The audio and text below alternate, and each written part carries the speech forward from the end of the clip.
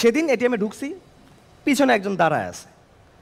তো আমি ATM card ঢুকানোর সময় বললাম, ভাই একটু ওইদিকে গিয়ে দাঁড়ান না। তো বলছে, ভাই পিন দেখবো না। আমি বললাম 2 3 4 5। আমার স্ক্রিন লুকানো দরকার। এরকম মানে দৈন্য দশার মধ্যে দিয়ে যাচ্ছি, তো ভাবলাম এমন একটা অ্যাকাউন্ট দরকার যেখানে টাকা না থাকলেও খরচ করা যায়। তখনই আসলো ক্রেডিট কার্ডের কথা মাথায়। তো ব্যাংকে গেলাম, যা বললাম যে ভাই আমার একটা ক্রেডিট কার্ড দরকার। তো বললো, ভাই আপনার বেতন কত? আমি বললাম, বেতন? তো বলছে, ভাই মিনিমাম 30,000 টাকা বেতন না হলে আপনাকে ক্রেডিট কার্ড দেওয়া সম্ভব না। আমি বললাম, ভাই আমার বেতন যদি 30,000 টাকা হইতো, আমার লোন কেন লাগবে ভাই? এছাড়া যদি কোনো অন্য বুদ্ধি থাকে আমাকে সেটা দেন।